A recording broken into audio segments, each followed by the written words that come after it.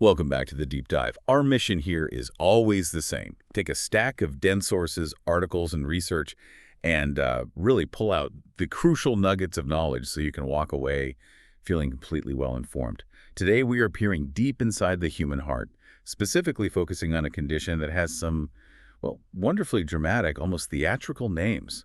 We're diving into mitral valve prolapse, or MVP. And you're so right about the nomenclature. I mean, our sources call it everything from Barlow syndrome to the very clinical systolic click murmur syndrome. Right. But my favorite has to be the highly visual and, let's be honest, a little alarming floppy valve syndrome, or even billowing mitral leaflet syndrome. Floppy valve. Yeah. That immediately gives you a sense of what's going wrong. And what makes this so important for a deep dive is, well, just how common it is, right? Exactly. It turns out MVP is actually pretty common. We see it in isolation in about, 2 to 3% of the general population. But what makes it such a massive clinical challenge, and really our mission today, is its incredible variability. Well, for some people, it's a completely silent, benign mechanical finding. For others, it's a severe, progressive systemic disorder that ends up requiring complex, specialized surgery. So we need to unpack the fundamental pathology, why the valve is floppy, connect that structural failure to systemic issues like genetics, and then decode those really unique diagnostic sounds that clinicians listen for. And finally, look at the modern, highly technical shift toward valve repair. Okay, let's unpack this. If you're prepping for a meeting or just trying to understand what MVP means for someone you know, you need to get the core mechanics. So what is happening inside the left side of the heart where this mitral valve sits that makes it billow?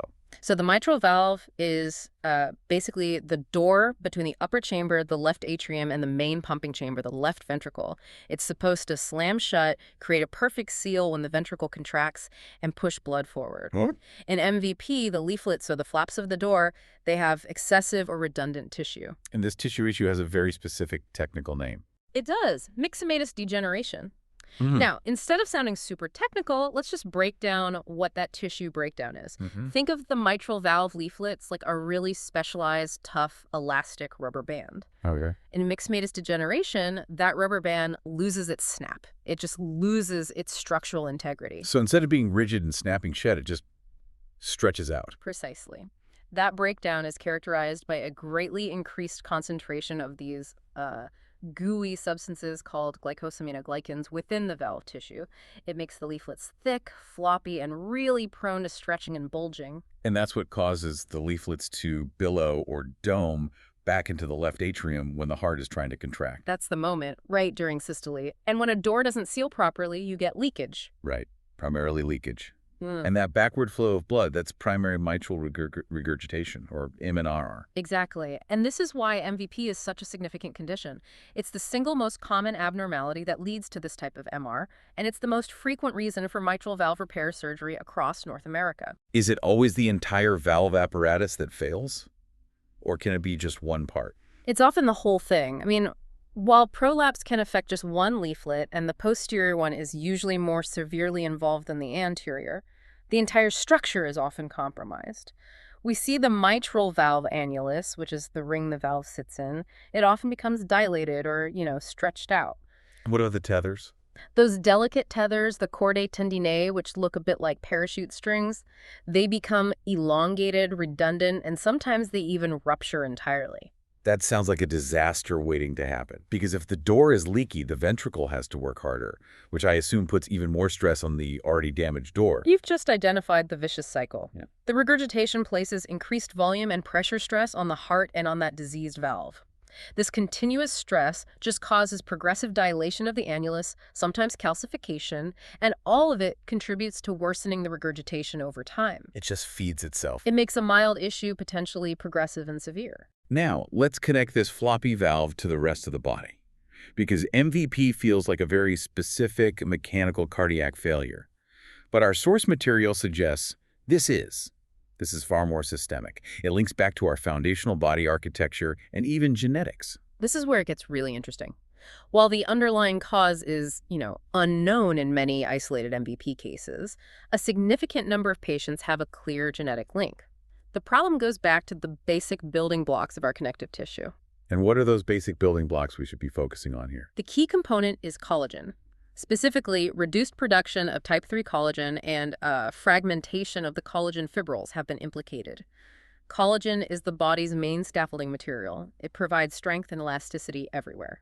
So if you have a flaw in how your body makes or maintains its collagen, that systemic weakness often shows up in the area of highest mechanical stress. Which is often the heart valve. So instead of thinking of this as just a heart problem, we should see it as a collagen architecture problem that the heart is just particularly sensitive to. That makes so much sense. Absolutely, and the genetic research backs this up. I mean, we don't need to memorize the dozens of specific genetic loci they've found, like LMCD1 or TGFB2. What really matters is the sheer number of them. It shows that many different architectural genes, not just one, can lead to the same structural weakness in the valve. And it goes beyond the valve, right? It does. We also see associations with genes like LMNA, which are frequently linked to generalized cardiomyopathy. So it connects the valve issue to broader heart muscle issues as well. And this structural weakness is often really obvious outside the heart in patients with known connective tissue disorders, like, say, Marfan syndrome. That's the classic connection. Marfan is the archetypal example, but we see MVP frequently in patients with Ehlers-Danlos syndrome and osteogenesis imperfecta conditions known for joint hypermobility, fragile skin, and brittle bones. Wow. It powerfully reinforces that the problem isn't isolated to the heart. It's a systemic weakness in the body's entire connective tissue framework. That's a key connection for you, the listener, to remember. Does this explain why these MVP patients sometimes show up with surprising physical features that seem totally unrelated to their heart? It does. They often exhibit features that suggest that same underlying connective tissue vulnerability. You look for thoracic skeletal deformities, things like a high-arched palate, curvature of the spine like kyphosis, or the straight back syndrome. Wow. We also frequently find a history of things like repeated inguinal hernias, frequent joint dislocations, meniscal tears in the knee, and even just easy bruising. So if a clinician sees that whole constellation of seemingly minor, unrelated issues, it should immediately prompt them to listen very carefully to the heart. Precisely. It gives context to the diagnosis. Speaking of listening, let's shift to the clinical exam. This condition is famous for the unique sounds it produces. It's the click murmur syndrome, after all. First, who is typically showing up with this diagnosis? Well, MVP is generally diagnosed more often in women than in men, and it's most frequently identified in younger individuals, say between 15 and 30 years old. And what's important is that in this younger demographic, the clinical course is usually benign. It's non-progressive. But there's another group. There is. We see a very different pattern in older patients, often men over 50. In this group, the mitral regurgitation is often much more severe, frequently caused by one of those chordae tendineae rupturing suddenly, and it usually requires surgical intervention much sooner. Okay, let's break down the sound itself. What exactly is the click and what generates it? The physical exam finding is one of the most classic in cardiology. The first thing you hear is the mid or late systolic click. The timing is important. It happens about 0.14 seconds or more after the first heart sound. And that sound is That sharp sound is generated by the sudden maximal tensing of the slack, elongated chordae tendineae, or by the prolapsing leaflet itself reaching its maximal excursion into the low-pressure atrium. The clicks can sometimes even be multiple, which gives it a very distinct, almost like a machine gun rhythm. So the click is the physical snap of the apparatus hitting its limit. Yeah. And the murmur is the sound of the blood leaking afterward. That's exactly right. The click is often immediately followed by a high-pitched, mid-late systolic crescendo-decrescendo murmur. The sources use very dramatic language for this sound, sometimes calling it whooping or honking. It's a very characteristic jet of blood leaking backward. And what's neat is that where you hear the murmur tells you which leaflet is failing. If the posterior leaflet prolapses, the jet is aimed forward, and the murmur radiates to the base of the heart. And the other way around. Conversely, if the anterior leaflet prolapses, the jet goes backward, radiating the sound out to the axilla and the back. Now, this is the key learning nugget for you, the listener, and it was a critical insight in our source material. Oh. The dynamic nature of MVP. It's one of the very few heart conditions where physical maneuvers can change the timing of the click and murmur so dramatically. Why does that timing shift? This whole phenomenon happens because the timing of that click-murmur complex is completely dictated by the left ventricular, or LV, volume. Just imagine the size of the ventricle determines how quickly the leaflets become maximally floppy and tense up. So let's run a scenario. If a patient comes in reporting palpitations, and we suspect MVP, How would we use a physical maneuver to exaggerate the problem and confirm the diagnosis? We would want to make the LV volume smaller. Any maneuver that decreases that volume, like having the patient stand up or perform the strain phase of the Valsalva maneuver, makes the ventricle smaller. Okay. And because the ventricle is smaller, the leaflets meet and tense up earlier during the contraction phase, which exaggerates the prolapse. Which means the click and the murmur that follows it happen closer to the start of the heartbeat. Exactly. The click shifts earlier in systole, moving closer to that S1 sound. Conversely, if we have the patient squat or do an isometric exercise, we increase the volume, returning to the heart. This fills the ventricle more, stretching the chordae just enough that the MVP is diminished. And that increased volume delays the prolapse, pushing the click-murmur complex much later in systole, or maybe even making it disappear entirely. It can completely disappear. It's a powerful dynamic diagnostic tool, and it really proves the mechanical nature of the failure. It's something that just defines the MVP exam. Let's move on to the risks. While most people are asymptomatic, others face real symptoms. What challenges do they commonly experience? The most common symptoms people report are palpitations, lightheadedness, and sometimes syncope or fainting. These are typically due to various arrhythmias, often premature ventricular contractions, paroxysmal tachycardias, or even atrial fibrillation, AF. What about chest pain? Chest pain is also common, but it's typically prolonged and substernal. And crucially, it usually doesn't feel like classic angina related to exertion, although, it can rarely mimic it. And what are the rare but very serious complications? Thankfully rare, but they include sudden death. This is almost exclusively associated with patients who already have severe MR and depressed left ventricular function, or those who have had a catastrophic flail leaflet rupture. Okay. We also see a risk of transient cerebral ischemic attacks, or TIAs, from tiny emboli breaking off the damaged surface of the mitral valve. And as with any damaged valve, there's always the risk of infective endocarditis. You mentioned a specific high-risk phenotype.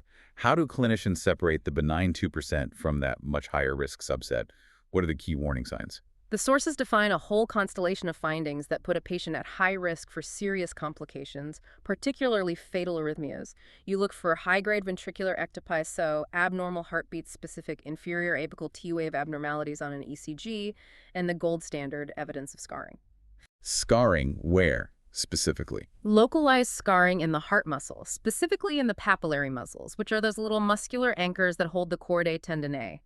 This is visualized on a cardiac MRI using a technique called late gadolinium enhancement. And that scarring is dangerous because... That fibrosis can act as an electrical fault line or a nidus for really dangerous ventricular arrhythmias. And there's one specific anatomical feature that's an extremely high-risk marker. Yes, it's called mitral annular disjunction.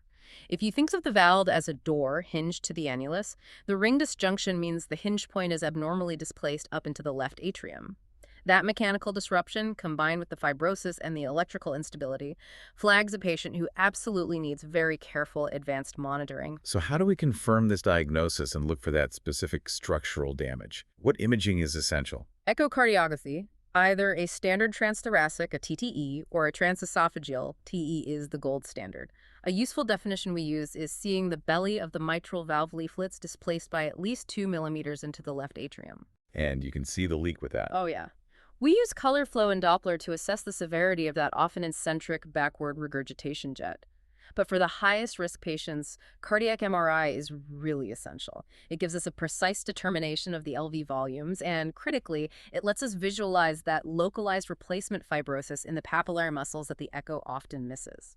Let's turn to treatment. If a patient is asymptomatic, what's the general approach? For asymptomatic patients, it's all about supportive care.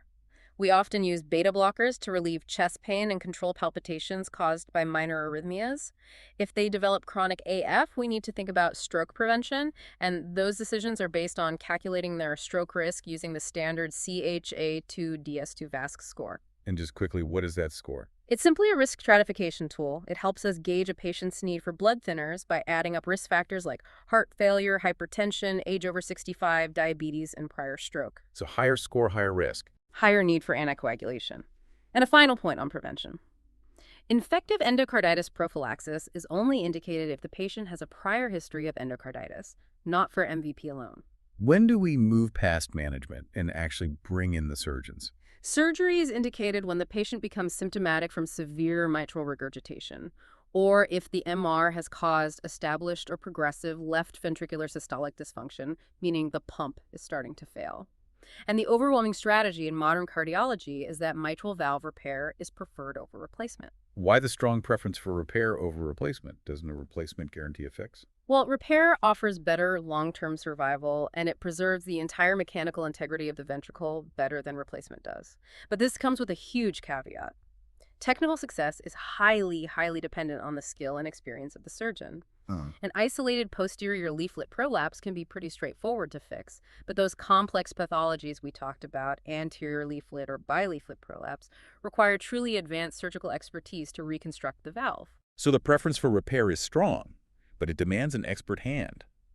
What about less invasive options for patients who just can't handle open heart surgery? That's where transcatheter edge-to-edge repair, or TEER, has really emerged. This is considered for symptomatic patients at high or prohibitive surgical risk who have severe primary misfor. It's a key alternative. And how effective is TEER at dealing with that severe leak? So, while TEER often reduces the severity of the mitral regurgitation, it may not eliminate it entirely. It's not always a perfect repair. But even with just a reduction, it reliably improves the patient's symptom status and key indices of LV function. So it offers a valuable, less invasive option for those who would otherwise have no recourse. This has been an incredible deep dive.